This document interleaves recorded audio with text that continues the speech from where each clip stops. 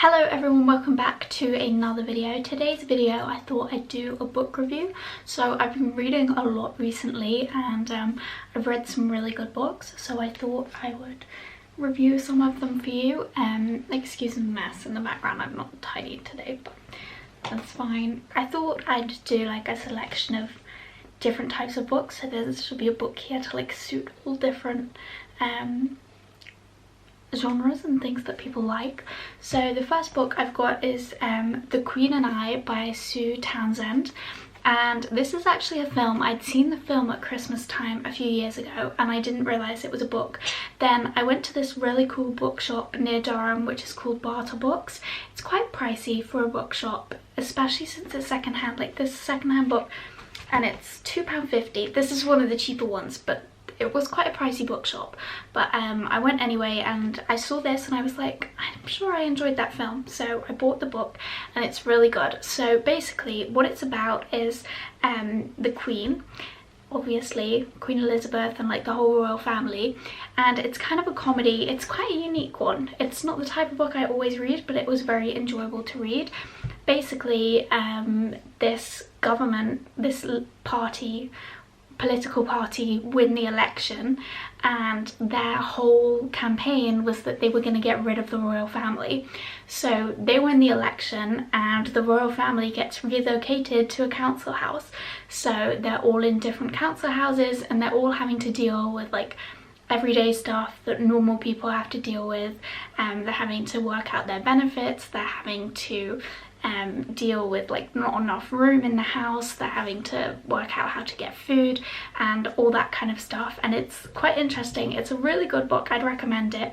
I do have one criticism, and that is the ending. I won't tell you the ending, but it's a very year 9 how do I end my English language creative writing. Felt like the ending could have been improved, but anyway, yeah, I thought it was a really good book. And I would recommend, just the ending is poor. Aside from that, it was good, it was funny, it was unique, quite a unique book, so yeah, recommend.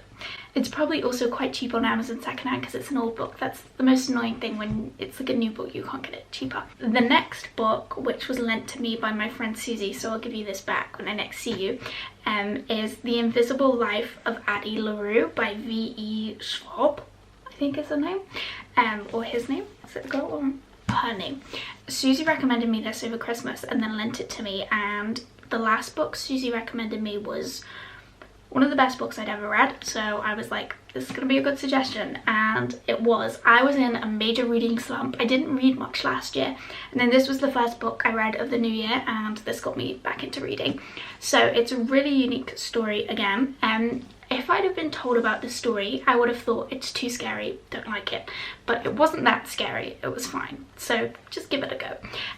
It's about this girl called Addy Larue, and she basically makes a deal with this guy called Luke, who's basically the devil. And she makes a deal. She doesn't want to get married, so she's like, let me be free.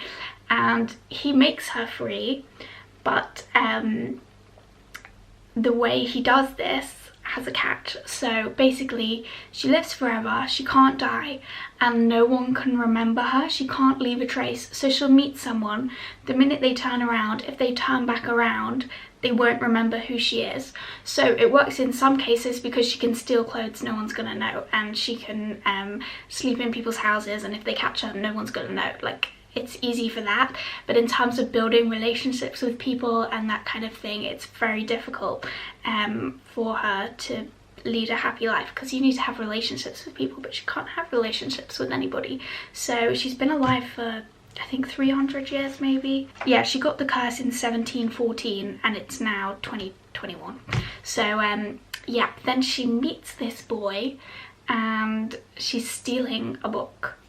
Basically the book goes through different things, so every chapter is like a different time space. So there's lots of time in New York 2021, but then it'll go back to like, she's lived for 300 years, there's lots of parts of her life missing, so it'll go back and like show different parts of her life, different times where she's seen Luke again, and like all that kind of thing. But when she's in 2021 New York, she likes to go to this bookshop and she'll steal a book then take it and return it and say, can I exchange this for this, which is basically stealing, but they don't know because they don't remember her from the day before.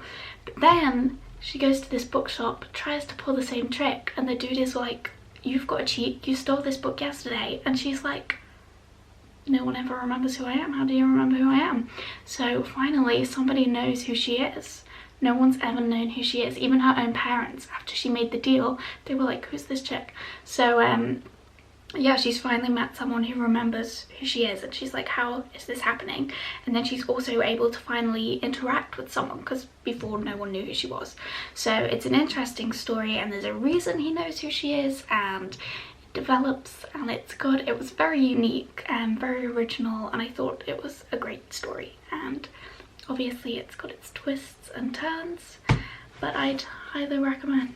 The next book this is the final book of today's video, and this is Three Sisters by Heather Morris. If you've watched my book reviews before, you probably know that I'm a bit of a fan of Holocaust, World War II, World War One, that genre of books I really like. I find them particularly interesting when they're a true story, because that's a real life you're reading about.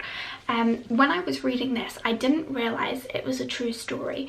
It was only when I got to the, I mean, it does say on the front based on the true story, but I didn't clock onto that. So I didn't realise until I read the acknowledgements, and I was like, wow, that was a really good book. Because sometimes I feel like with, especially like Holocaust and Auschwitz books, sometimes it can be a bit romanticized if it's not a true story. So bits in this book I was like, is that real or not?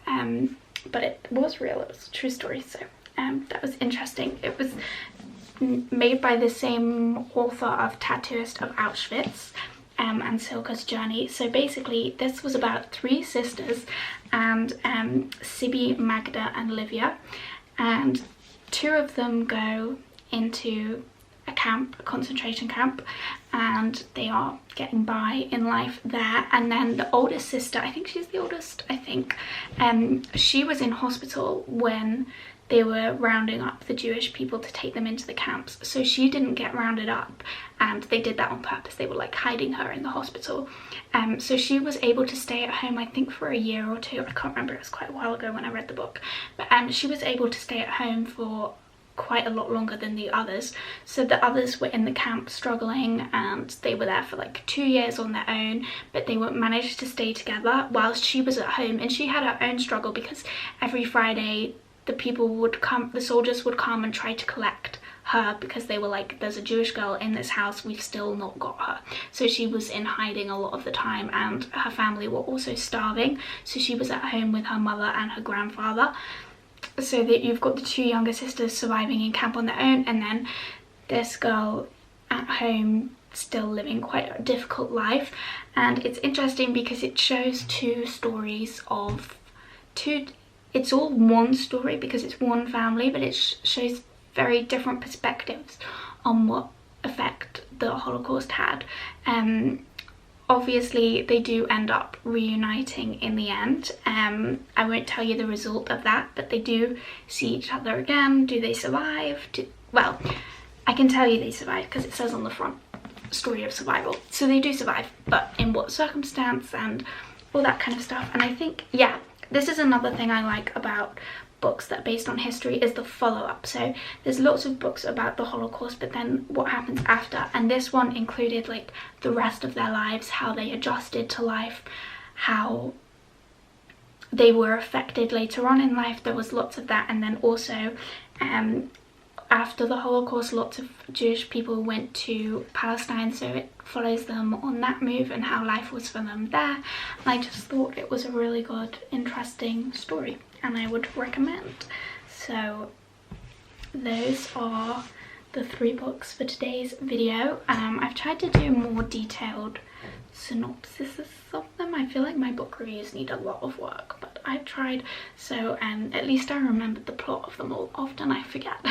So yeah, these are the books. I read all of these, I think, January. These are my January books. So I hope you enjoyed this video. If you did, don't forget to like, comment and subscribe. If you have any book recommendations, comment them down below. I'd love to have a read of them. If you've read any of these and have different opinions, let me know, and I'll see you in my next video. Thanks for watching. Bye.